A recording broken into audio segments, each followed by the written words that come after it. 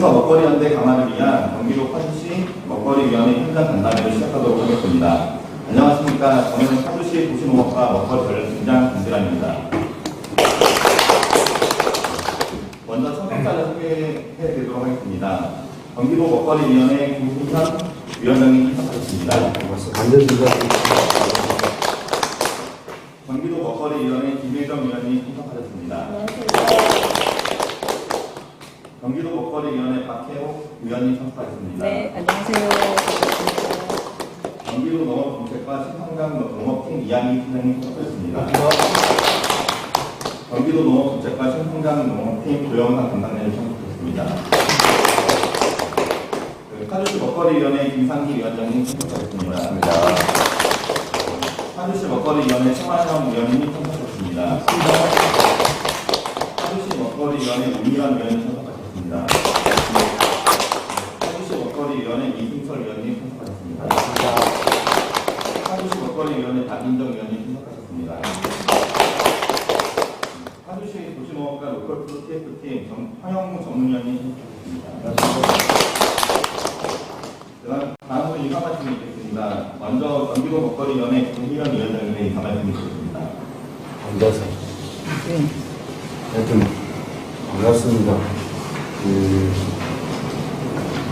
저는 우리 3기 먹거리 경기도 위원회가 되면서 제일 중요한 것은 경기도와 시군과의 연계, 특히 시군의 먹거리 활성화 이 부분과 핵심이라는 이야기를 하면서 이 현장 간담회를 제안했고 오늘 안양군도 이어서 지금 북부권에 두 번째로 왔습니다.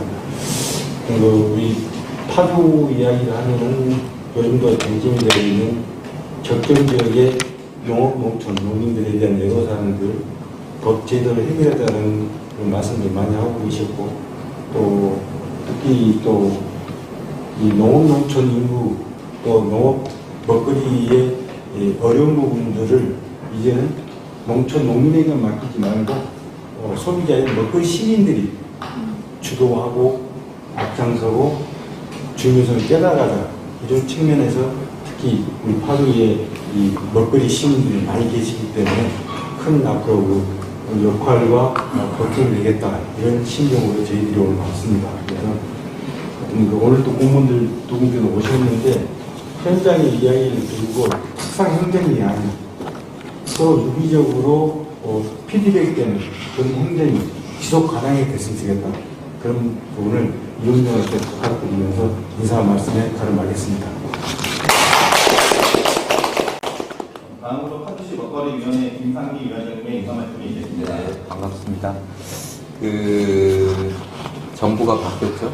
국민의 정부로 바뀌었고 그럼에도 불구하고 경기도의 먹거리와 관련된 부분은 경기도 교육청의 사실 급식 체계와 관련된 전 밥질이라고 생각하는데 이제 지난 10여 년간 유지해 왔던 시스템을 한 번에 이제 공문 하나로 이제 바꾸겠다라고 하는 어떤 발상에서부터 시작된 잘못된 관행들도 여전히 이제 좀 진행되고 있는 중이고 아직 유보하고 철회 입장은 아직 나오지 않았죠. 그런 상황이어서 실제로는 먹거리라고 하는 것이 교육행정을 담당하는 분이 그냥 자신의 이름으로 이제 할 수 있다라고 하는 그런 어떤 태도는 좀 비판 받아야 되지 않나 하는 말씀 드리고 어쨌든 파주는 54만 인구고 도농복합도시이기도 하고 그래서 이제 먹거리 계획들을 잘 세우면 저는 어느 지역보다 이상적으로 좀 계획들을 세워갈 수 있는 지역이 아닐까 하는 생각을 가지고 있습니다. 지금 1기 위원장을 맡아서 하고 있는데 사실은 지난 2년 하면서 좀 느꼈던 부분들은 조금 더 행정에서 이제 생산자와 소비자가 거버넌스 기구가 원만하게 운영될 수 있는 체계를 사실은 제도적인 것과 예산적인 부분이 같이 포함되는 제도 계획을 세워야 될 것이다라고 하는 말씀 드리고 싶고 작년 같은 경우에 화성 저희가 이제 견학을 다녀오고 이제 이랬었는데 먹거리 위원님들이 실제로 참여하시면서 본인들이 하는 일들이 어떤 건지 분명하게 좀 느껴질 수 있는 체계, 그건 이제 도시농업과에서 조금 더 신경을 써서 해야 되지 않나 하는 말. 제가 좀 팀장을 좀 막 뭐라 했어요. 막 뭐라 했어요. 좀 그렇게 진행되면 안 될 것 같다. 그래서 이제 조금 어렵더라도 이제 실질적으로 먹거리위원 참여하시는 먹거리위원님들이 적극적으로 좀 하실 수 있게 좀 해주시고, 또 도의 계획과 저희 파주시 계획을 잘 맞춰서 도농복합도시 이 틀이 좀 더 확장되고 모범적인 어떤 그런 지역으로 되었으면 하는 바람이 있습니다. 오늘 이렇게 함께 하게 돼서 고맙고 반갑습니다. 이어서 강남에선 경기도 및 파주시 먹거리 계획 주요 내용에 대하여 각각 발표하도록 하겠습니다. 먼저 경기도 먹거리 계획 주요 내용에 대하여 경기도 농업정책과 조영상 담당자님의 발표가 있겠습니다. 네, 안녕하십니까. 특별받은 농업정책과 조영상 상무입니다. 저희 경기도 먹거리 계획 수립된 절차라든지, 그리고 제가 저희 상반기 때 2024년 경기도 먹거리 사업에 대해서 나름의 실태조사를 진행하는 것들이 있거든요. 두 가지를 이제 합쳐서 경기도 먹거리 계획에 대한 간략한 소개 시작하겠습니다. 저희 제2차 경기 먹거리 계획 기준을 살펴보시면 총 5가지 핵심 가치로 이루어져 있고, 그 핵심 가치에 상응하는 목표들로 구성되어 있습니다. 추진기간이 2024년부터 28년까지 5개년 계획으로 수립되었고요. 세부 사업은 총 135개의 사업으로 이루어져 있고, 기존 110개 사업과 신규 사업 25가지 사업으로 구성되어 있습니다. 신규 사업 25가지 사업 같은 경우에는 저희가 먹거리 계획 수립하기 이전에 담당 부서의 의견과 그리고 전문가단을 구성을 해서 총 8분의 전문가를 이제 초청을 하였고, 그리고 한 7회 정도의 회의를 거쳐서 25가지 사업을 발표하였습니다. 해당 과제를 발표할 때는 이제 분과위원회의 의견도 좀 반영하고자 분과위원회도 진행한 바 있습니다. 소유 예산은 총 3조 2,592억 원으로 되어 있는데, 담겨있는 사업들의 예산을 총 합계를 낸 것이다 보니 좀 액수가 큰 것으로 확인되었습니다. 말씀드린 소유 예산에 대해서 세부적으로 살펴보시면 24년부터 28년까지 예산 소유 예산들에 대해서 분기, 분기, 시분기, 자부나 이렇게 구분되어 있고, 25개의 사업에 대해서는 326억 원으로 예산이 책정되어 있습니다. 제2차 먹거리 계획에서 관련 부서는 총 7개 시국에서 21개 부서가 참여하고 있습니다. 보시면 농수산성명과학 축산소를 모시고 출사 취업기관인 경기도 농수산진흥원까지 해서 농업 관련된 부서에서 많은 사업들을 담당하고 있는 것을 확인할 수 있습니다. 뿐만 아니라 복지부라든지 보건건강부에서 취약계층과 관련된 먹거리 사업들도 담당할 수 있어서 이 역시 2차 계획에 반영하고자 담아두었습니다. 2차 먹거리 계획에 대해 수립을 위한 추진 경과는 많습니다. 23년 11월에 상기 먹거리위원회가 구성이 되었습니다. 3년 동안 좀 미진하다가 24년 8월에서 10월 기간 동안 먹거리 계획 수립을 위해서 관련 부서 의견을 청취하였고, 해당 기간에 경기도에서 먹거리 관련 사업들이 이루어지고 있는 것들에 대해서 전체적인 현황조사가 함께 진행되었습니다. 그리고 이를 바탕으로 24년 11월에서 12월경에 말씀드렸던 정책자문단, 전문가자문단 8분을 구성을 하여서 한 7회 정도의 회의를 진행하였고, 그리고 이를 바탕으로 신규 사업뿐만 아니라 기존 사업들과 먹거리 계획에 대한 전반적인 틀을 다듬어서 24년 12월에 분과위원회 의견을 청취한 뒤에 12월 말에 2차 먹거리 계획에 대한 위원회 의견을 받고자 진행을 하였습니다. 해당 임시회에서 조건부 의결로 의결되었고, 이를 바탕으로 25년 7월에는 24년 경기도 먹거리 실태조사를 수행을 하였습니다. 그래서 해당 실태조사는 예산 확보에 어려움이 좀 있었다 보니 자체적으로 행정조사 위주로 실태조사가 진행이 되었습니다. 실태조사 결과를 바탕으로 7월 9일경에 경기도 먹거리 자체적으로 임시회를 진행한 바 있습니다. 다음으로 이제 먹거리 계획의 세부 내용에 대해서 실태조사 내용을 반영해서 자세하게 설명드리겠습니다. 앞선 기존에서 말씀드렸던 5가지 목표 중에 첫 번째 목표입니다. 취약계층 먹거리 불만족 비율 감축으로 목표를 설정하였습니다. 해당 목표 달성을 위해서 주요 지표는 경기도민의 먹거리 불만족 비율이라고 먹거리 불만족 비율을 설정을 하였는데요.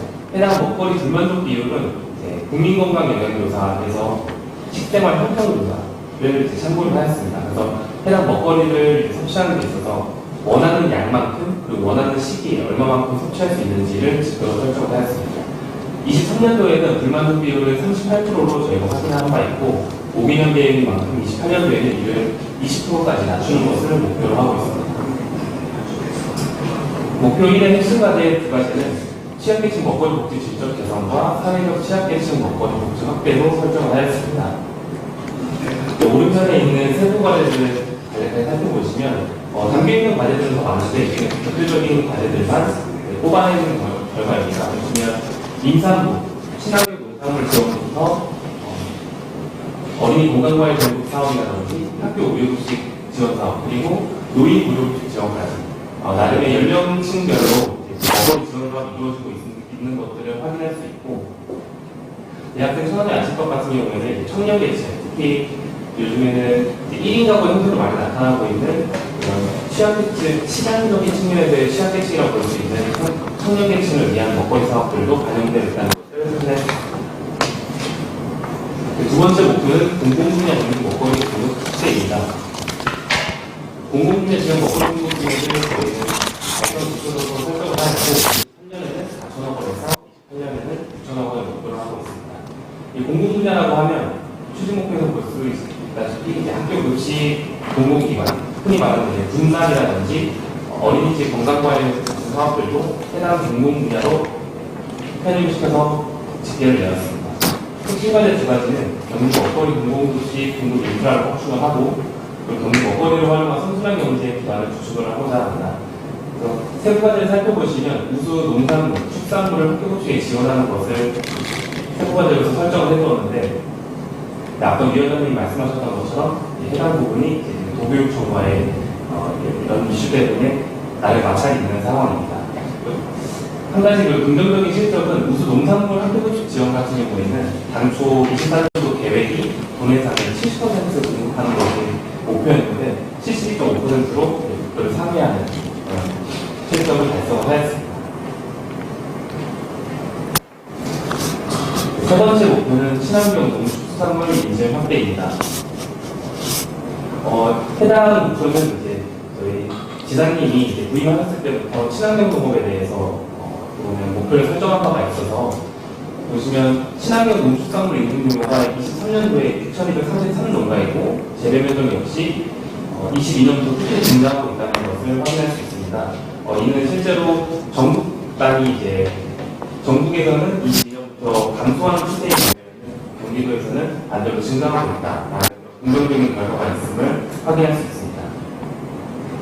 친환경 주마크 로컬푸드 등 기획생산 단계부터 유통소비 단계의 전 과정에 체계의 안전관리를 통한 먹거리 안전 확보를 목표로 하고 있습니다. 핵심은 우수한 경기 먹거리 생산 시스템을 강화하고 경기 먹거리 안전성 관리 체계를 강화하는 데 목적을 두고 있습니다. 세부 과제를 살펴보시면 로컬푸드와 관련된 내용들도 확인이 되시고 GAP 안전성 분석 지원이라든지 이런 것들을 통해서 먹거리를 보다 안정적으로 공급하는 그런 사업들로 이슈가 되어 있음을 확인할 수 있습니다.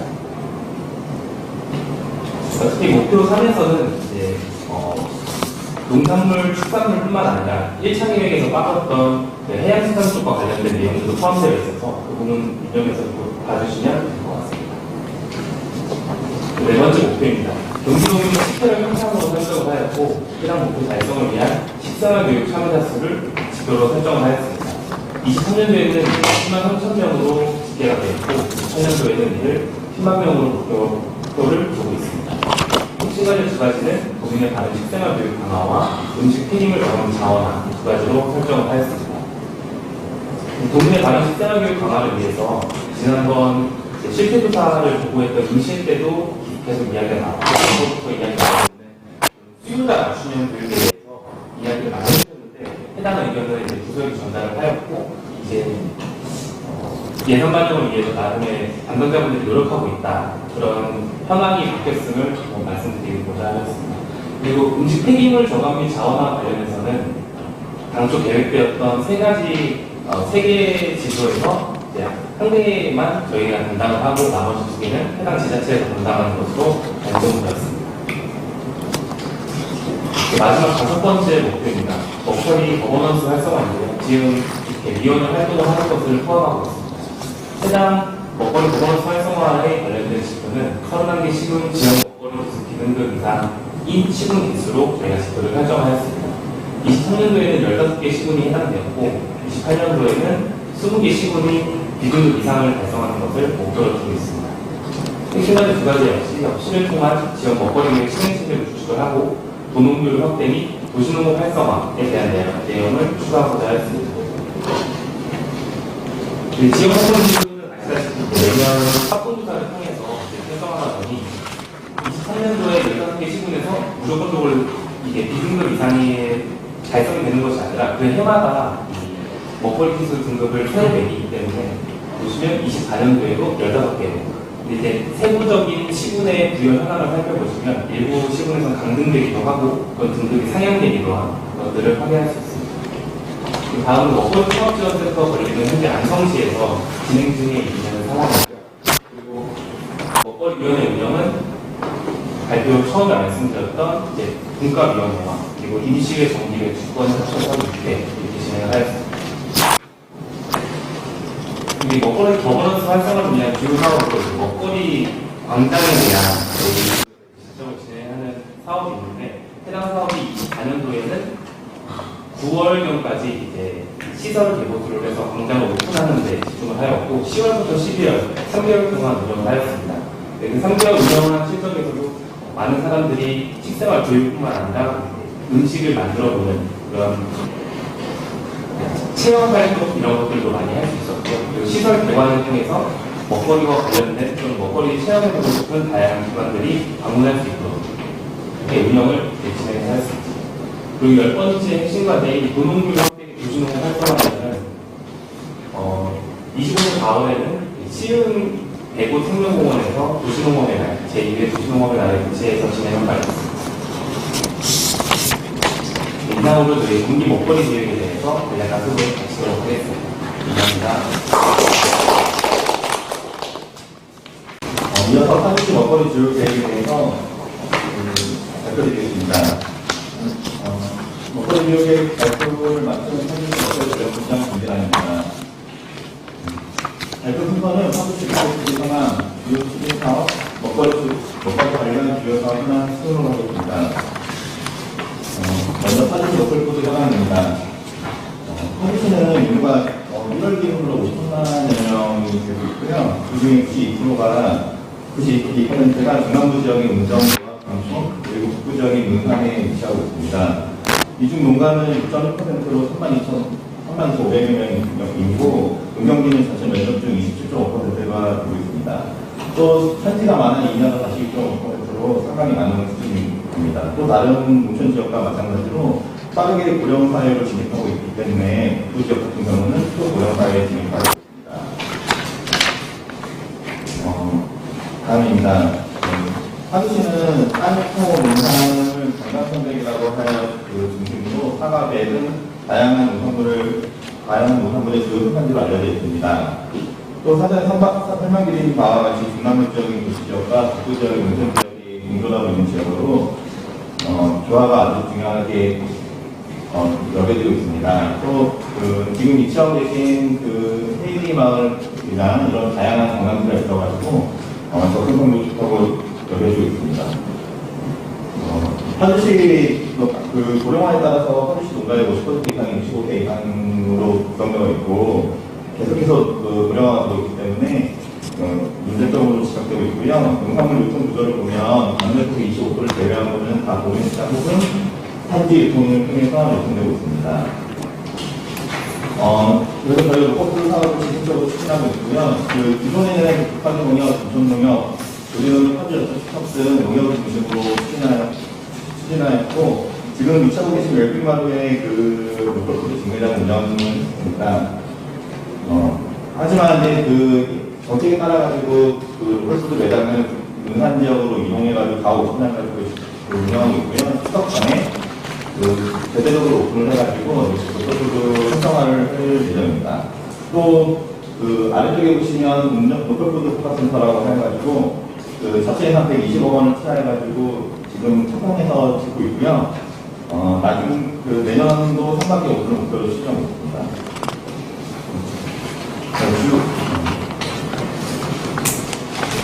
지금 왼쪽에 있는 사진이 현재 위치하고 있는 웰빙홀에 있던 로컬푸드 매장인데요. 지금 그쪽으로 이동을 했고 여기 부부공장으로 변경해가지고 운영을 예정입니다. 또 주요 납품 품목사장으로는 대전절 신선 농산물이 20억 정도 판매를 하고요. 그 다음에 가공식품이 10만 원 정도 판매해서 총 35억 원 정도의 매출을 올리고 있습니다. 지금 그 설명드린과 같이 남북권 운전 시도시 내에 그 2억 원의 자체를 투자해가지고 사업부지 생산되면서 그 교육장, 그다음에 로컬푸드 직매장 조립차원장들이 포함한 로컬푸드 복합센터를 연면에 2,000조 규모 규모로 시축하고 있으며 내년 상반기에 오픈할 예정입니다. 지금 그 오른쪽 사진 하단에 있는 주권 매장은 지금 가오픈해가지고 운영 중에 있고요. 지금 시범적으로 운영하고 있기 때문에 문제점을 보완해가지고 추석 전인 9월 말에 사전에 설명 중인 바와 같이 대대적으로 오픈할 예정입니다. 이러한 직매장 운영을 위해서 다양한 로컬푸드 납품농가 지원을 하고 있는데 일단 저희 자체 예산 1억 5천만 원을 투자해서 이중빈이라고 스포츠 지원을 하고 있고요. 로컬푸드 연중 생산 체계 구축 지원은 도비 지원을 받아서 70회에서 가온 5천만 원을 지원하고 있습니다. 그 농업인들이 가장 필요로 하는 정원주량이나 인력 등의 지원을 하고 있어가지고 반응이 상당히 좋고요. 도에서 적극적으로 지원해줘가지고 상당히 많은 예산을 가동해주고 있습니다. 저희 그 농가들이 생산하는 것을 원물로 판매하기보다는 가공품으로 판매할 수 있도록 또 지원하기 위해 가지고 2015년도에 백평 규모로 준공해서 1분방 운영했었고요. 6년도에 2분방을 지금 건물 준공을 했고 내부 인테리어 등이 있으며 내년도 초부터는 2분방 운영할 예정입니다. 앞에 설명한 1분방에서는 잼류나 분말류 등의 생산을 지원해왔고 2분방에서는 떡류나 저금차류 등을 추가 지원해가지고 농업인들이 가공을 본격적으로 하기 전에 시범 생산을 하는 구조를 강화하고 있습니다. 또 도에서도 설명드린 바와 같이 식단화 교육을 저희도 적극적으로 추진하고 있는데요. 자체 한 7천만 원을 설정해가지고 현재 그 식당에서 그 사주 지점이라고 해요. 그 생산되는 사주 먹거리 연대에서 지금 교육을 운영하고 있고요. 상반기에는 강사 육성 과정을 진행하고 하반기에는 그 학부모를 대상으로 해가지고 식단화 교육을 지속적으로 추진하고 있습니다. 관내 학교 20개 교는 지금 시청을 받아서 진행하고 있고요. 그 학교 외에도 다른 어르신들에게, 그러니까 어른 성인을 대상으로 하는 그 식생활 교육을 40회 정도 추진할 예정입니다. 그래서 이런 식생활 교육을 통해가지고 미래 세대의 다른 식생활, 식습관을 중요성을 인식시키고 사전에 저희가 설명드린 로컬푸드 활성화를 위해 가지고 많은 노력을 기울이고 있습니다. 이러한 로컬푸드 식생활 교육 등 원하는 수준을 이용해가지고 지금 위치하고 계신 웰빙마루하고 직접적으로 협의를 하고 있습니다. 이 웰빙마루 같은 경우는 2015년 경기도 주간 경기동부 경제 특화 발전 사업 공모를 통해 가지고 도비 100억 원, 시비와 동역 등의 출자를 통한 100억 원을 해서 200억 원으로 출마를 해서 2021년 준공을 했습니다. 그래서 된장, 간장 등의 방문 생산을 중심으로 로컬푸드 직매장, 카페 식당 운영, 강독구장 등의 체험을 다양하게 진행하고 있고요. 네, 그래서 저희가 지금 로컬푸드 직매장이 있던 자리에는 저희 부공장을 설치해가지고 학교급식이나 앞에 생산되고 있는 된장, 간장을 포함해서 도구까지 해서 학교급식 분량 등 다양한 방법으로 장단점으로 홍보하겠습니다. 파리시리 먹거리 분야 주요 사업은 저희도 5개년 계획을 파티 사업으로 수립을 했는데요. 저희 팀이 진행하고 있는 사업만 담았습니다. 가장 큰 사업은 학교급식 사업이고요. 친환경 농산물 비용에 따른 학교급식 시행시험 28억 원을 하고 있습니다. 어린이들이 건강관리를 먹을 수 있도록 10억 원을 지원하고 있고 영유아 금융식은 쌀을 위주로 지원하고 1억 원 정도 같아요. 그리고 경기 이상도 친환경 농산물 지원 사업으로 3억 8천만 원을 사용하고 있고요. 문화 농산물 그 안정적인 농산물을 유통하기 위해 가지고 저희가 이제 그 물류비 지원 위주로 해가지고 7천만 원을 지원합니다. 그 식당하기로 지원 같은 경우는 7천만 원을 자체 예산으로 편성해 지나고 있고, 그 아까 그 동절기 안전 생산하고 연중 생산해서 로컬푸드 생산 기반에 3,500만 원을 추진하였습니다. 또 올해 그 문재인 정부 시절에 그때 국정과제로 선정돼가지고 용식품부터 지원하기라고 올해 전국적으로 확대해가지고 정상 지원하고요. 파주시 같은 경우는 4,800만 원 예산인데, 저희 같은 경우는 그 복지국가하고 아주 유기적으로 협조해가지고 제가 알기로는 경기도에서 지금들이 가장 있습니다. 그래서 뭐그 관련부서에서는 저희가 참여 많이 해주겠는데요. 이런 먹거리 혜택 외에도 저희도 복지국이나 그런 공공기관 포함해가지고 다양한 먹거리 혜택을 하고 있고요. 자료를 준비하면서 경기도의 내용을 제가 먼저 받았는데 내용이 상당히 많이 바뀌기 때문에 저희는 로컬푸드 위주로 했고요. 여기 이제 최만영 대표님도 계시지만 저희 목표는 내년도에 로컬푸드 촉각센터를 준공을 하고요. 운영을 하면서 거기 학교 급식이나 이런 걸 쓰는 공공급식 분야 아니면 먹거리 통합 지원센터 이런 거를 해서 저희 부서나 이런 행정력을 집중하는 것을 목표로 하고 있습니다. 그런 것이 잘 될 수 있도록 도움을 주시면 저희가 잘 반영해서 추진하도록 하겠습니다. 감사합니다. 그럼 간단하게 지나가도록 하겠습니다. 선거장님께서는 자유로 의견을 나눠주시겠습니다. 도 먹거리 위원님들하고 파주 먹거리 위원님들 이제 도 사례도 들었고요, 파주시 사례도 들었는데 먼저 이제 질의 궁금한 부분들에 대한 질의응답을 각각 하는 시간 갖도록 하겠습니다. 우리가 예정 시간이 언제까지 몇 시까지 해야 되나요? 한 30분 정도 해서 사실 도착하시면 의견을 나눠주시면 이때까지가 네. 그래서 편하게 궁금했던 부분 서로 질의하면서 진행했으면 좋겠습니다. 네. 일단은 저쪽에 경기도 먹거리 계획이 있으니까 말씀 멘트라도 한번 해주시고, 또 저희도 이 파주에 모험된 부분을 또 봤기 때문에 질문을 하겠습니다. 그 경기도 먹거리 계획 봤는데 이게 경기도 31개 시군에 다 공통적으로 이제 예산이 배분돼서 나가는 건가요? 어떻게 보면 시군에 지원을 하잖아요. 그러니까 급식 같은 거 있다고. 이게 저희가 자체적으로 하는 사업도 있고요. 네.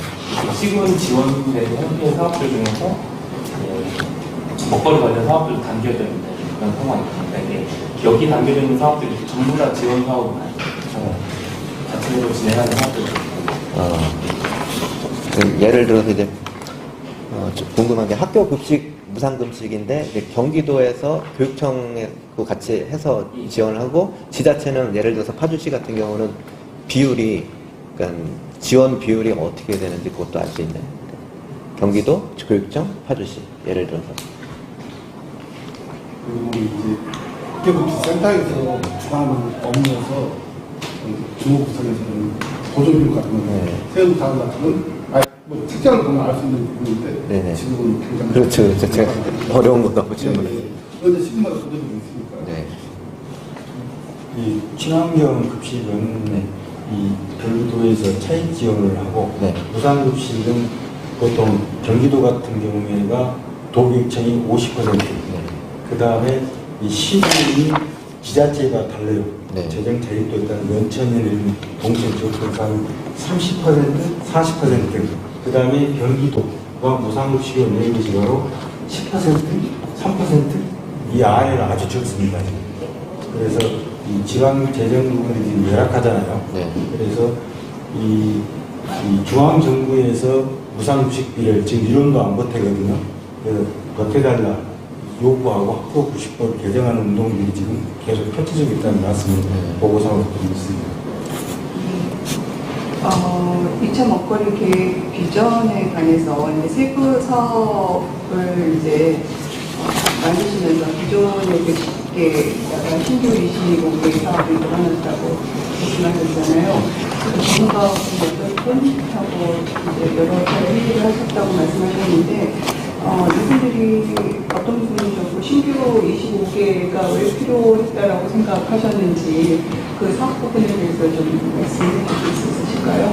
그래서 기억이 안 나는데 대표적으로 말씀드린 채식과 관련된 부분이었거든요.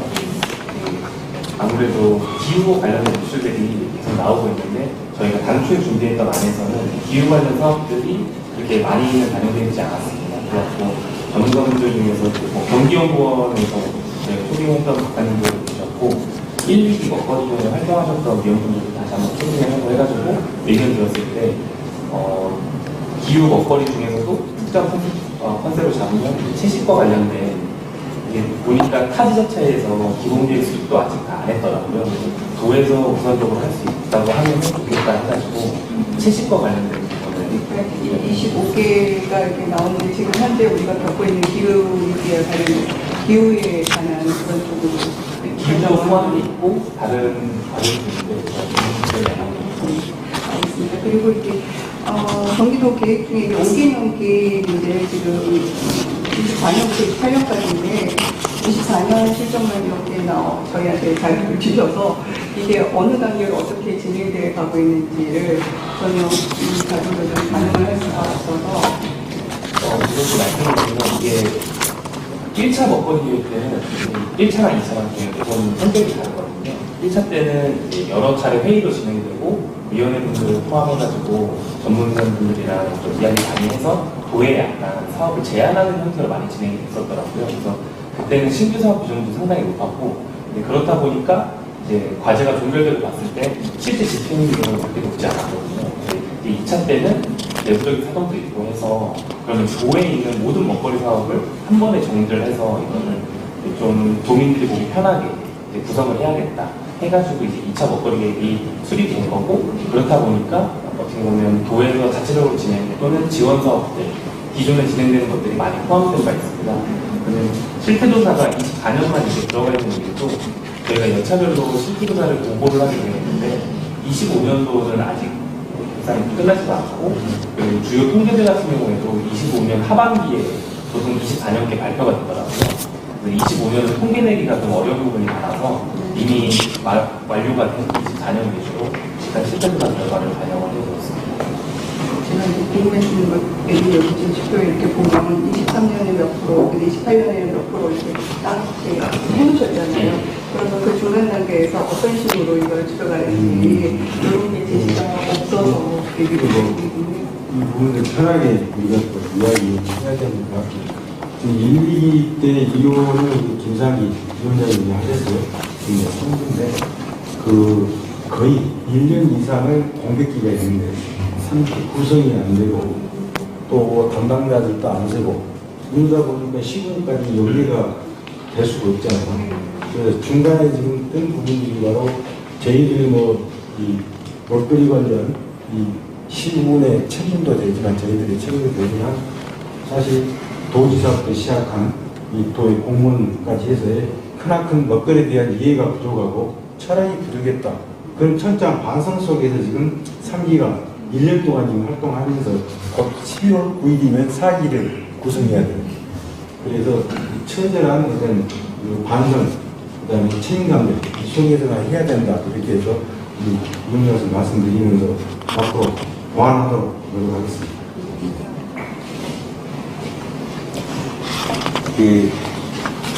보면 사실 이제 먹거리 계획에 대한 비전을 펼쳐서 저희도 하는데 실제로는 이 비전을 수립해서 진행하면 이 비전에 걸맞는 것들이 도민에게 전달이 좀 잘 될 수 있게 해야 어쨌든 먹거리위원회에 그래야 공신력도 생기고 거버넌스 기구 있기는 하지만 사실은 그건 우리 파주도 같은 상황이죠. 파주시도 같은 상황이어서 실제로는 그런 부분들을 서로 이렇게 좀 잘 소통하면서 각 31개 시군 중에 지난 안양 분포 하셨다고 했잖아요. 그러면 이제 간담회를 통해서 나온 결과들을 공유도 좀 같이 해주시고 좀 필요로 하는 것들도 충분하게 좀 해서 왜냐하면 파주 같은 경우에 좀 늦게 시작을 했거든요.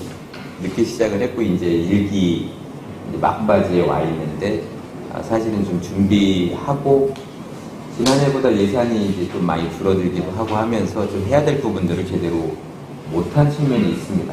이게 이제 먹거리 계획이 저는 좀 그런 생각을 하는데 먹거리 계획이라고 하는 것이 이제 거버넌스 회의를 통해서 잘 되려면 실제로 자주 만나고 서로 이제 고민하는 지점들이 뭔지를 좀 드러내놓고 이야기하고 근데 이게 정책이 결과물로 바로바로 지표로 드러나기는 어렵잖아요.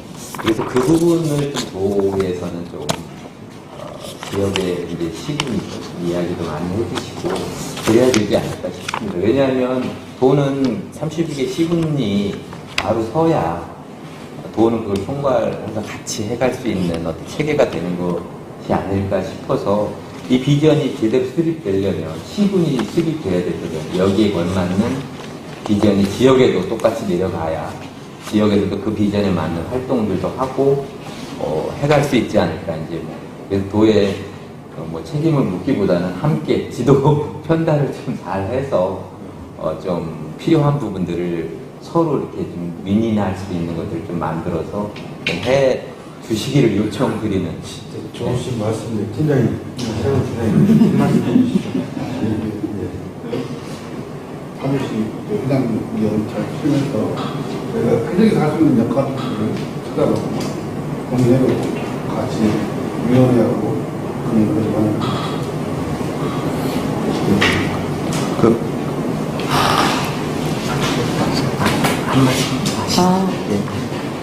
저는 이제 소비자 입장에서 몇 가지 말씀드리고 싶은 게 있는데요. 그러니까 우수한 경기 먹거리 생산 시스템 강화에서 이제 수산물이 김이 이제 뒤늦게 이제 지원이 되었다라고 했는데 사실은 너무 늦게 이제 되는 감이 있지 않나 생각이 좀 들고요. 그리고 한 가지 더는 이 지금 취약계층 먹거리 복지 질적 개선에 보면 사실은 이런 것들이 이제 저희는 엄마들이다 보니까 주로 어린이 건강이나 임산부 친환경 꾸러미들을 받았다는 글들을 이제 사실 많이 접하는데 만족도가 되게 높아요. 근데 노인 무료 급식 지원이 있으나 이 노인분들에게도 급식도 물론 중요하겠지만 이런 과일 꾸러미나 이런 꾸러미가 좀 가는 건 어떨까 하는 생각이 조금 들었고요. 그리고 마지막으로 하나는 이제 사실 저는 아이들도 많이 큰 상황이고 이제 생산자, 그러니까 소비자의 완전한 입장이거든요. 근데 이제 로컬푸드를 만든다고 하셨는데 로컬푸드 매장이 아직은 이렇게 아주 접근성이 좋지는 않기 때문에 그 중간에 텀을 이어줄 수 있는 건 결국 장터라는 생각을 하거든요. 그러면 지금 소농을 하시는 분들이 어느 장터에서 어떻게 판매를 하시는지, 그러니까 이런 장터에 대한 좀 지원 사업들이 더 활발하게 이루어져야 되지 않을까. 근데 이런 것들이 이제 문의를 했을 때 파주시 같은 경우는 지금 파주시에서 장소를 제공하고 농진이로 이제 이분들이 그 장터에 대한 예를 들면 예산을 올리거나 이런 거에 도움을 주시긴 하지만 사실 장터라는 걸 열려면 그 장터에 필요한 홍보도 필요할 것이고 사람들이 올 수 있는 환경 또 그에 반한 또 팔 수 있는 환경이 좀 조성이 돼야 되는데 이게 너무 이 판매자에게만 이게 너무 짐이 지워져 있더라고요. 그래서 소비자 입장에서는 그런 것들이 로컬푸드를 통해서 하면 제일 베스트인데 이게 또 가지 않을 경우에는 그런 또 우리 지역에서 나는 소농을 작물하시는 분들의 농산물을 소비하는 것도 사실 상당히 좋더라고요. 근데 일산 같은 경우는 그러니까 저희는 파주 기준으로 얘기를 드리면 대화의 고향 하나로부터 크게 이제 잡혀 있고 한시 연중 무휴로 운영이 되기 때문에 그런 로컬푸드를 삶에 있어서 불편함이 없는데 파주는 그렇지 않은 느낌이 많이 들어요. 왜냐하면 마트 단위보다 로컬푸드 단위가 더 속포장이 되어 있고 사실 되게 질 좋은 농산물로 저렴한 금액으로 지금 저희가 구매를 하고 있거든요. 근데 그런 게 조금 부족하지 않나. 그래서 다른 시군도 혹시 이런 상황인지 아니면 파주시가 좀 이런 상황인지 좀 소비자로서는 그 부분이 매우 궁금합니다. 아까 말씀드린 것처럼 지금 저희가 상당한 위치가 김상역과 야당 사이에 딱 있는 그 운정포원 주변에 있거든요. 그래서 이제 상반기가 된다고 하면은 이제 그게 많이 풀릴 거라고 생각을 하고 있고요. 지금 그 대표님 말씀하신 것처럼 저희도 많은 홍보를 하고 그다음에 이제 이벤트도 하고 이렇게 해서 많은 시민들이 참여하도록 해야 될 것 같아요. 만약에 저희는 이제 되게 공부하고 이렇게 많이 알아볼 때 대화에 있는 하다못들을 많이 이렇게 참고해가지고 하고요. 고양 시민들은 아주 잘 이용하고 관계인은 하루 시민들도 많이 이용하고 있는 걸 알고 있거든요. 그래서 글로 가시는 분들이 이제 고양시는 사실 용지가 없으니까 외지에서 온 것들 위주로 되어 있을 텐데 하수 같은 경우는 저희 이제 운동 컨센터를 출발로 해가지고 지금 이제 여기 정부장님께서 산지 생산 조직을 많이 구성하고 계세요. 그래서 기존에 심었던 거를 계속 심으시면은 당연히 품목이 안 될 테니까 새로운 품목을 계속 심게 해가지고 지금 대표님을 포함한 소비자분들께서 하주산에서 다 그냥 뻔한 농산물이 아니라 다양한 농산물을 볼 수 있도록 하려고 노력을 하고 있고요. 저희가 이제 이런 로컬푸드 관련된 강의를 하거나 이런 거 얘기를 할 때마다 늘 만나는 게 연중 먹을 수 있는 게 제일 좋잖아요. 양파가 화장품 아무 좋다는데 특정 시기에만 나오고 안 나오면은 양파를 항상 사실 텐데 주부분들은 양파가 없으면 양파는 깜깜하고 이런 거 귀찮으니까 안 가시는 형이 있잖아요. 그래서 있으면 판매사는 대부분 채우고 없을 시기에만 경기도산을 다른 곳 가거나 이런 식으로 노력을 하고 있고요. 장터도 제가 이제 유통팀에도 좀 오래 있어가지고 장터를 많이 했었는데 되게 어렵더라고요. 왜냐면 이제 장터를 할 때 판매하는 만드는 구성보다 홍보나 이런 데는 원체 많이 들어가가지고 열어놓고 안 와서 망하는 경우도 많고 또 이제 판매자를 구하기가 상당히 힘들어요. 왜냐면 이제 그런 지역들이 나눠져서 그런지는 모르겠는데 여기 나가도 잘 안 된다 이런 생각들이 있으니까 그래서 저희가 인증가게도 지금 그런 걸 보완하기 위해서 인증가게도 지금 연간 15억 정도는 판매를 하시거든요. 노거분들이 운영하시고 있는 장사를 열고 하는데 사실은 이제 인증가게 관광객 위주로 판매를 하고 있는 거고 운정지역에도 이런 걸 했으면 좋겠다 해가지고 하고 있는 거고 그래서 아마 이제 조금 1년 정도 길어야 1년 정도 기다려주시면 이제 진짜 적극성이 좋을 것 같고 지금 부산에도 지금 이런 분이 계시지만 오픈해가지고 조금씩 자리를 잡아가고 있어요. 그래서 이 사람들이 식자재가 건너편에 있음에도 불구하고 지역 농산물을 소비하려고 하고 있고요. 저희도 많은 노력을 해서 하고 있습니다. 한번 참고까지 여기를 제가 인기로 꾸며놓은 거거든요. 파워스토어로 장터로. 그래서 그러니까 지금 장터는 인간은 그냥 이름도 하거나 아니면 하자라고 하면 우리가 홍보를 하는데 크게 한번 하거나 뭐 예를 들어서 잠깐만 축제처럼 이게 서로 결합되기가 어려운데 우리가 알지도 못하고 있고 근데 여기는 신청을 하면 주말에 파워스토어라든지 평일에는 뭐 볼컵도 데이라든지 아니면 뭐 신한정의 날이라든지 아니면 여기서 하는 백빛장터라든지 이런 것들을 신청을 통해서 이렇게 이루어지고 계산도 여기에 있는 호수가 진행을 하면 어느 정도 어떻게 이루어질 수 있겠다 편한 파악이라든지 혹은 요거 어떻겠구나 그러면 다른 지역에서 이런 공간이 마련이 되면 여기도 생산자들이 할 수 있지 않겠나라는 취지에서 그 공간에 대해서는 그리고 놀게 그러니까 부모님 때문에 소리찬에서 되게 많은 분들이 다니거든요. 거기에 자연스럽게 매장에 들어오는 가장 높고 이분들이 여기를 이용하면서 자연스럽게 교육하고 교류하고 연결될 수 있다면 좋겠다 이래서 파워스토어인데 준비하고 있습니다. 너무 기대돼요. 잘 돼야죠. 준비 열심히 하고 있습니다. 네. 운정의 신도시에 이런 로컬푸드 직매장이 그동안 없어가지고 주민들이 이거 많이 기대를 하고 있거든요. 그래서 이제 저희가 이제 이게 지금 보니까 사업 계획을 보니까 전액 120억만 돼 있더라고요. 도에서 좀 지원을 해가지고 좀 더 멋지게 좀 해주시면 좋을 것 같고 만약에 예산이 올해는 뭐 어렵더라도 내년 같은 경우 시에서 뭐 로컬푸드 관련된 뭐 팝업 스토어라든가 뭐 로컬푸드 데이 같은 그런 행사를 진행할 때 도에서 좀 지원을 해주시면 좋을 것 같아요. 네, 건축할 때 주관 파악도 있거든요. 네. 건물에 대한 건 다 재단이고요. 아까 설명드린 것처럼 제가 이 생산할 수 있는 기반 시설을 조성하는 거는 도에서 적극적으로 제시해 주셔가지고 상당히 저희가 따르실 거가 많아서 저희가 오히려 저희가 적극적으로 많이 감사합니다. 영감이 직거래 조사를 생산이 더 중요한데 이게 지금 정리화돼서 계속 열려야 소비자도 당연히 그날 회사가 열리나 인지가 돼야 찾아보려고 그러는데 몇 번 하다가 왔거든요. 관련해서 조금 사실은 파주가 아까 앞에 설명할 때 설명을 드렸는데 경기도의 대표적인 도농복합도시 같아요.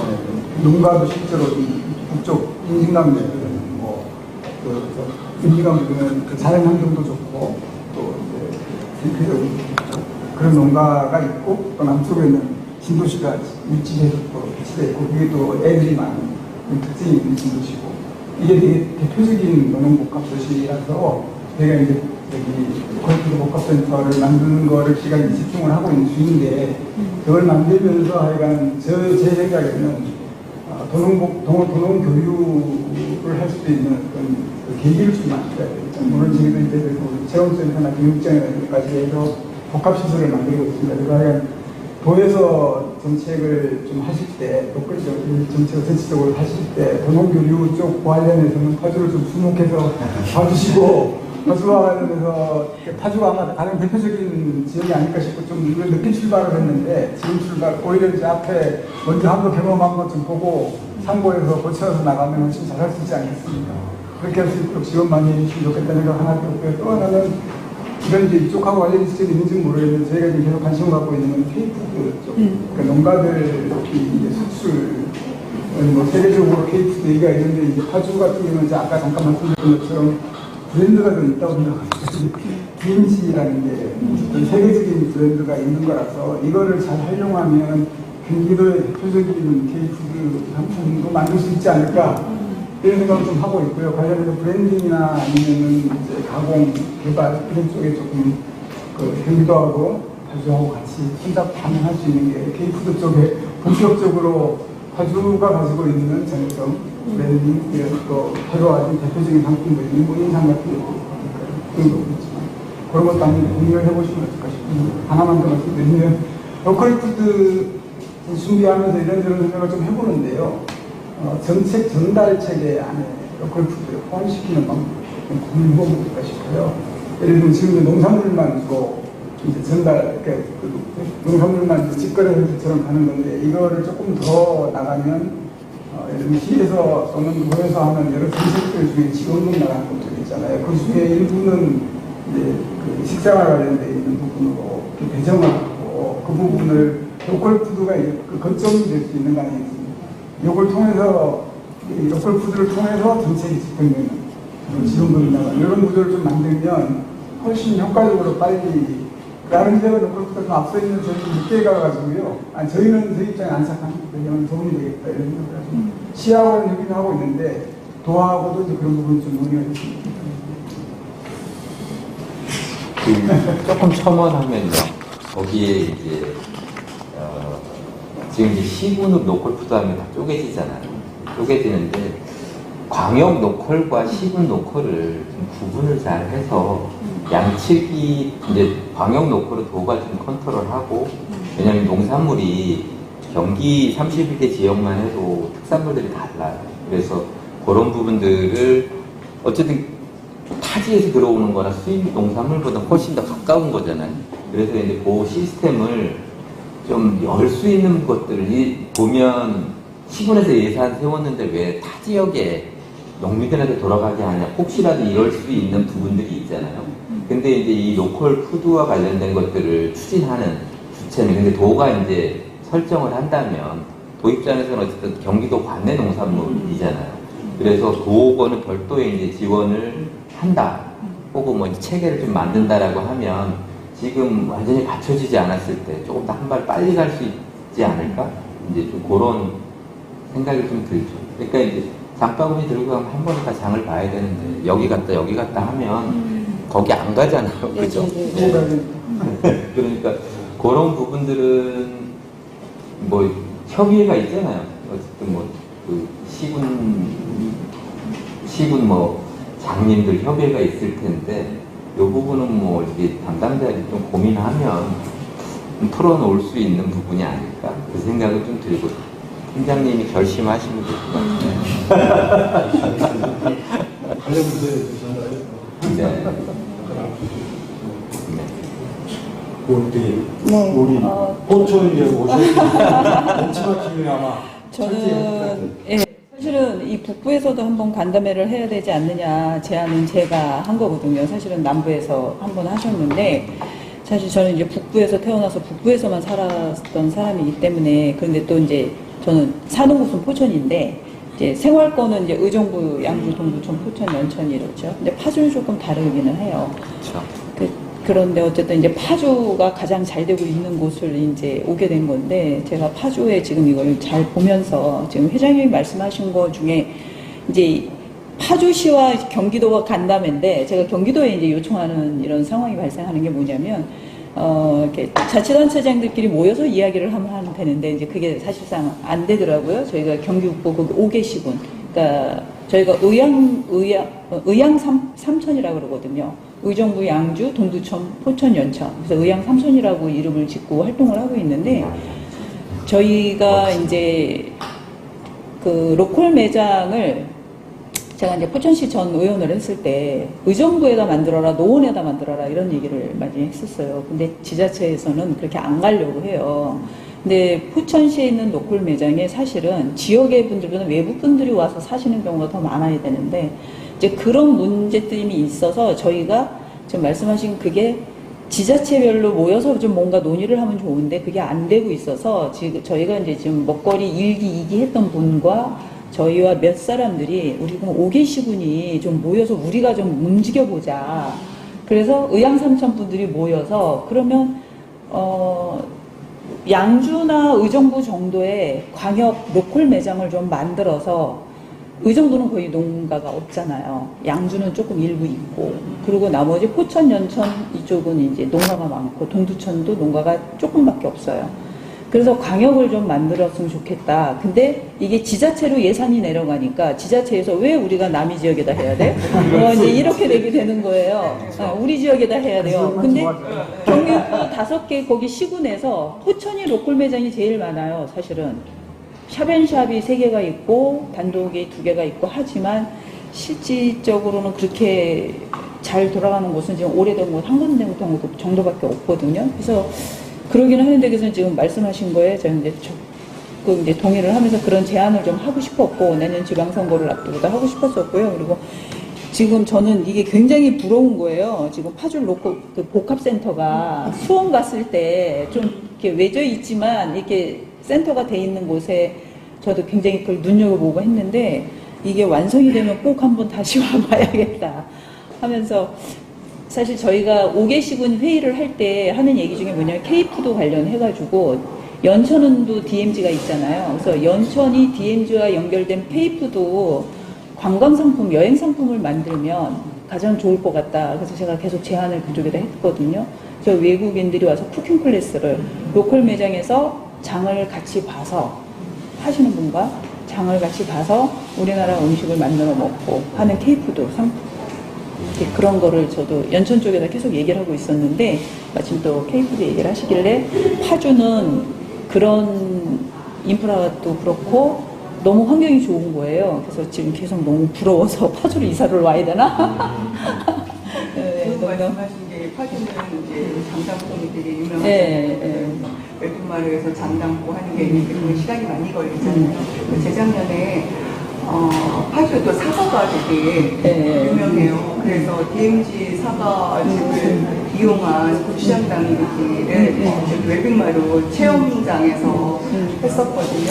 300명 모집했는데 굉장히 많은 분들이 오셔서 하고 담고 가져가는 이것이 굉장히 인기가 좋았어요. 그래서 그러니까 이제 그냥 고추장은 여기저기서 하지만 파주에 사과, 그집도 한장 이런 것들이 되게 좋아서 저희 아까 이건 사장님이지만 시즌 시작 전에 이 공간을 좀 많이 홍보했으면 좋겠다. 접근성이 좀 떨어지는 것 때문에 그래서 저희가 그 행사할 때도 금촌역에서 셔틀을 했었거든요.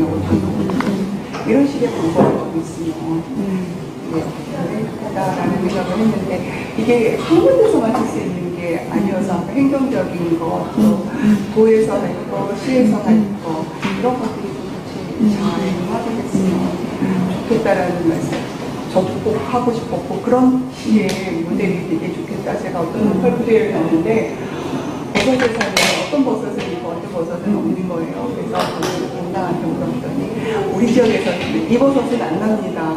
그래서 이 버섯은 우리 농촌에는 그 지역에는 안 들어옵니다. 이렇게 하는 거예요. 못 들어오게 하죠. 네, 그러면 소비자 입장에서는 나는 이 그냥. 버섯도 필요하고 이 버섯도 필요한데 그러면 아까 우리 김장님 네, 대표님 맞아요. 말씀하신 것처럼 그 버섯을 사러 또 다른 마트를 또 가야 되는 거예요. 그래서 이런 것이 없이 로컬푸드에 가서 좀 해줘야겠다 라고 하면 이게 됐으면 좋겠고 저희가 화성에 갔을 때는 수산물이 들어있더라고요. 그렇죠. 거기 수산물이 또 네, 근데 저희가 지금 고양이나 이제 파주나 이런 지역에서 이렇게 보면 수산물이 들어가 있는 경우는 없죠. 못 봤거든요. 그래서 이런 것도 같이 이렇게 그렇죠. 로컬푸드 안에 네, 광역과 광역이 움직이면은 충분히 가능하죠. 우리가 네, 고등어 쪽으로 하려고 로컬 푸드끼리 제품을 그렇죠. 예, 서로 우리가 없는 거를 다른 로컬에 있는 거를 파악해서. 코너 관을 하나. 그러니까, 예. 그러니까 고등어 조림하는데 무랑 다른 재료 여기서 다 샀는데 고등어 사서 딴 데 가야 되지 않죠. 그런 것들이 화성 가서 보고 와 이거는 획기적이다. 수산물 코너가 있는 경우는 제가 갔을 때 가장 좋은데 태안 로컬푸드가 아주 가장 좋더라고요. 해산물도 많고 너무 좋은 거예요. 태안이. 제가 몇 번 지나가면 일부러 들어가 보고 하거든요. 하지만 상담권과 인상이 있으니까 됩니다.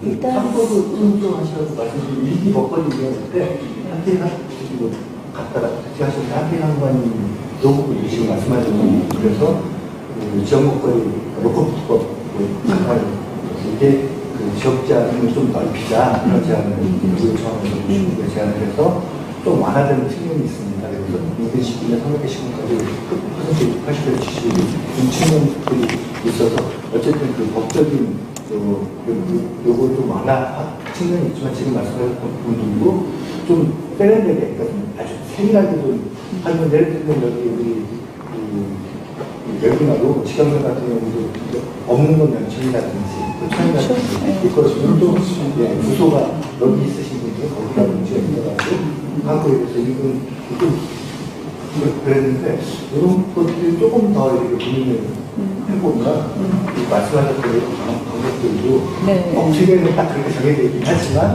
그럴 수 있지 않겠나 그런 생각이 한국 친환경 농업 육성 5개년 계획이 꼭 담아보시고 지금 협회 차원에서 지금 농축산물랑 협의하고 있으니까요. 네. 일단 제가 알기로는 로컬푸드 매장의 운영 형태가 조금 다양해요. 그래서 어떤 때는 타 지역 농산물을 들여다 놓은 데도 있고 가평 같은 경우는 아예 농산물이 별로 없었어요. 1차 농산물이 농가가 있음에도 불구하고 이제 가공식품 위주로 이렇게 판매가 됐는데 그게 이제 지역별 특성인 것 같아요. 그래서 1차 농산물이 소비가 안 되는 곳은 가공품으로 대체를 하고 1차 농산물이 적은 데는 이제 타 지역의 농산물도 갖다 매대에 이제 해놓고 그래서 이제 다양한 형태를 갖고 있는데 일단 로컬푸드 복합센터나 이런 것들을 생각하실 때 저는 제일 중요한 거 앞서 말씀하셨지만 접근성이라고 생각해요. 걸어서 가야지 되는 거거든요. 근데 걸어서 갈 수 있는 접근성을 가진 매장들이 그렇게 많지는 않아요. 그래서 접근성이 지금 너무 낮아서 말씀하신 것처럼 어떤 이제 변화의 계기를 삼아서 지역 안으로 단지 안으로 들어가든 이런 과정을 좀 가졌으면 좋겠고 일단 과정 중에 지금 농협 안에 샤브샤브로 들어가 있는 이제 매대들이 굉장히 확산이 되고 있어요. 그래서 뭐 농협의 경제나 이런 뭐 시장 경제를 떠나서 지역의 농산물들이 어떤 경로를 통해서든 판매될 수 있고 지역 안에서 선순환될 수 있게 해주는 과정이 꼭 필요하겠다. 접근성을 낮추는 것은 가장 중요한 문제일 것 같아요. 그래서 지역의 농산물을 사러 가는데 차를 끌고 몇십 분을 가져가서 기름을 써가면 우리가 탄소 배출을 해가면서 농산물을 사는 것조차도 사실은 조금 약간 역행되는 이야기들일 수 있잖아요. 반복되는. 그런 지역성을 좀 살리는 로컬푸드 매장 그리고 접근성 이런 것들을 좀 고려해서 조금 더 이렇게 조금 더 쪼개져서 지역 안으로 더 많이 이렇게 매장이 설치될 수 있도록 좀 해주시면 좋을 것 같다는 생각이 들고, 들으면서는 저는 파주시 생산지도, 경기도는 생산지도가 있어요. 기술원에서 이제 기술센터에서 확정을 해가지고 그 지도를 만들어 놨는데, 파주시 안에서 각 뭐 구별로 뭐 특성화된 생산지도를 마련해서 로컬푸드 매장에 홍보하거나 이래도, 저는 우리 지역을 뭐 어찌됐든 우리 지역을 살려내는 이런 과정 안에 알리는 홍보의 효과도 분명히 있을 거다라고 생각이 들고요. 두 번째는 어쨌든 뭐 두부나 이런 매장에서 지금 고추장, 된장 뭐 이런 것들 콩 관련해서는 이제 학교 급식으로 넣으실 이제 계획 중이시잖아요. 저도 이제 이런 얘기는 하기 싫은데 어찌됐든 이제 학교 급식으로 들어가는 식품의 안정성에 대한 고려가 반드시 돼야 된다고 생각을 해요. 그래서 파주시 안에서 이런 안정성을 담보할 수 있는 과정을 꼭 가지시고 학부모들이 믿고 아이들이 급식을 잘 받을 수 있도록 아이들도 행복한 그런 과정이 됐으면 좋겠다라는 생각이 들고요. 네, 제일 부러운 건 저는 복합센터입니다. 이한기 팀장님? 저도 늘 이제 센터에 관련해서 이야기를 하고 있는데, 그 복합센터 안에 어찌됐든 이런 이제 다양한 공유 공간들을 좀 만들어서 지역사회에서 다양한 주체들이, 특히 뭐 NGO라고 하는 이런 민간 기구들이 들어와서 활용할 수 있는 그런 접근성이 아주 낮은 그런 공간으로 좀 만들어주시면 되게 좋겠다라는 생각을 하고 굉장히 부럽다 라는 생각을 했습니다. 지금처럼 위치는 저희 파주시민분들은 공감하실 수 있는데요. 아파트, 대단한 아파트가 많이 현재 있고요. 근데 이제 다만 더 안쪽으로 들어가기에는 정말 땅값이 답이 없어서 안 되는데, 역 두 개 사이에 있고, 그 옆에 그 탑텔즈라고 해서 올라가고 있는 스테이트 건물이 있어요. 그 아파트 단지가 있고요. 그 단지를 많이 끼고 있습니다. 운동 호수공원이 있어서 운동장 해가지고 많이 걸어오실 거라고 예상하고 있고요. 아니, 이미 설치되신 거니까 그 접근성은 네, 아니고 그 외에 있는 네. 접근성을 낮출 수 있는 사무샵이나 이런 것들을 좀 차등으로 좀 지원해 주시면 더 좋을 것 같아요. 접근성 말씀하시니까 사실 뭐 골프도 매장을 막 수십 대 낼 수는 없으니까, 그렇죠. 요즘 지역에 다른 지역에 지금 하고 있는 것들 좀 보니까요, 무인 판매대회가 요즘 워낙 잘 나와서 신흥식품까지 다 무인 판매대로 쓰는 데들이 꽤 많이 생겼더라고요. 사실은 그래서 저희 같은 경우도 이게 이제 로컬푸드 매장이 생기면 매장으로 오시는 분들은 제 생각은 그렇습니다. 주말에 예를 들면 이제 장보러 오는 거는 구매장 와서 보고, 평일에는 출퇴근하는 곳, 저희 파주 같은 경우는 GPS 중앙역이나 야간역, 인성역 이런 데가 걱정이잖아요. 그런 주차장에다가 그런 시 건물들이 있으니까, 거기에 무인 판매대 같은 것만 설치를 하고 그거를 로컬푸드 직매장에서 알리만 하면 매일매일 신선식품까지도 커버할 수 있거든요. 그러면 출근 시간, 퇴근 시간에도 충분히 매일매일도 해결할 수 있고, 매장으로 해결하는 한 대가 있어서 그 직매장 무인 판매대 지원 사업 좀 어떻게 좋으신 것 같은데, 부상좀 보시면 좋겠어요. 몇 년 전에 네. 그 일산의 일산병원 1층에서 로컬푸드 무인 매장을 봤어요. 이렇게 많지는 않지만 공간이 크진 않아서 그래도 이렇게 해놓으니까 병원에 오셨다 가시는 분들이 그 구입해 가시더라고요. 그런 짜투리 공간을 이용하는 건 굉장히 좋은 것 같고요. 공모 기회가 있을 때 참석하셔서 공모하셔서 받으시면 좋을 것 같아요. 공모 기회를 만들어주시면. 근데 이게 병원에 들어가 있다 보니까 전 충격을 받거든요, 사실은. 이 로컬푸드가 이 위치에 들어가려면 병원 사람들이 이용할 수 있을까? 아니면 이제 모든 그 할 수 있는 품목인데 품목을 나름 조절해서 넣으신 것 같더라고요. 그러니까 환자분들도 거기서 그냥 흐르는 물에 세척만 해서 드실 수 있는 품목. 그래서 그때 보니까 뭐 과일도 이제 바로 먹을 수 있는 딸기나 상추나 이런 그런 그 품목의 선정도 중요하더라고요. 그렇죠, 어떤 그렇죠. 장소에 들어가는지에 따라서. 근데 그렇게 따지면 로컬푸드가 저 밑에 생긴다고 하면 너무너무 좋은 일이지만 GPS 중앙역의 이용객의 이용률이 매우 늘어나고 있는 현재. 그리고 이제 외지에서 오는 사람들이 되게 중앙역 같은 거, 오종중앙역 같은 거 꼭 무인으로라도 좀 승리는 어떨까 하는 생각이 돈 있으면 저희가 직접 하고 싶은데 장사가 될 것 같은데. 그런 이제 우리 30일이나 눈치를 주니까 그래서 꼭 한 말씀 하실 분들 이야기 제가 한 1분 동안 이야기 아니 30초 위원장님 끝내주세요. 예, 한번 이야기 하시는 일단은 진행을 할때 원래 여기 올쭉 보면서 이 도는 복합도시의 경기도의 이상향의 인프라의 부분에 생각하면 어떻게 생각하십니까? 이제 이 정도 되면은 된다. 그런데 지금 프리젠테이션하고 지금 실제 이행 부분하고 추진력들하고 또 다르잖아요. 그래서 지금 파주시의 재정 자율도가 얼마나 되는지 모르겠어요. 이걸 제대로 하려면 높을걸요? 30% 그래요? 네. 그렇게 안 돼요? 30% 조금 해서 경기도가 학교 급식이나 공공급식이나 먹거리 부분을 앞장서고 가고 있거든요. 그래서 이 파주 이 부분이 바로 전국의 이 먹거리의 메카가 그래서 어떤 그 복합센터부터 시작해서 연수부터 시작해서 그런 했으면 그런 생각을 지금 천천히 좀 갖고 싶고 그래서 지금 오늘 맞기 때문에 파주 먹거리의 자율이죠. 자유를 공유해 주시는 경기도 시군들, 그다음에 정부가 공유하면서 서로 또 논의하고 또 대화 좀 넓혀가고 이 시기 좀 하고 싶습니다. 가능하겠죠? 예, 그럼 만약에 다른 지역에서 교육을 요청하면 오셔서 할 수 있죠. 그래서 거기까지 해서 우리가 어떤 거 자신감 가지고 오십시다. 저는 그 말씀. 다른 우리 방향분들 그러니까 바로 얼마 전에 대선이 있었고 지난주에 그 농정계획, 아니 농정계획, 국정계획이라는 거 있잖아요.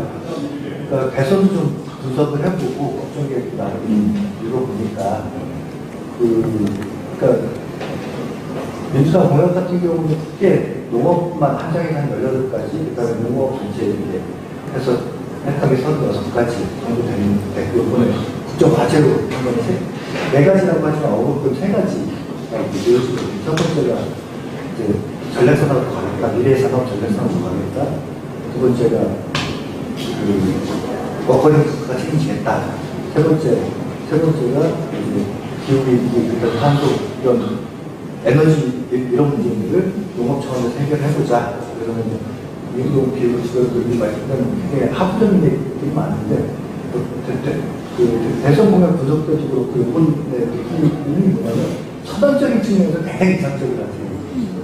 근데 이게 시도 단위가 국제적으로 추진되기 위해서는 물론 그 공약 전체가 기존에 쭉 있는 사업들이 다 붙어 있는 사업이기 때문에 그 사업들을 확장하는 데도 예산을 늘리면 되는 사업이지만 실제 이게 시도 단위 혹은 그 농업이라는 현장에서 잘 적용이 되려면 많은 금액이 필요하겠군요. 이런 생각이 들거든요. 그리고 그걸 좀 할 수 있는 여기 먹거리 통합지원센터가 나오는데 거기 하드웨어가 좀 계시고 이걸 잘 운영을 하는 소프트웨어들이 시군에 잘 갖춰져야 이렇게 굉장히 좋은 선언적인 측면만 강조는 안 될 것 같고 좋은 지향을 진짜 시군에서 잘 해서 기후위기도 되게 잘 대처하면서 농업의 문제를 먹거리의 문제로 농민에 한정된 것이 아니라 생산 속도 국민적인 문제로 생각할 수 있지 않겠나. 그래서 이런 또 파주하고 딱 붙어 있는 게 파주가 복합센터라든지 시설이라든지 이건 확대가 될 것인데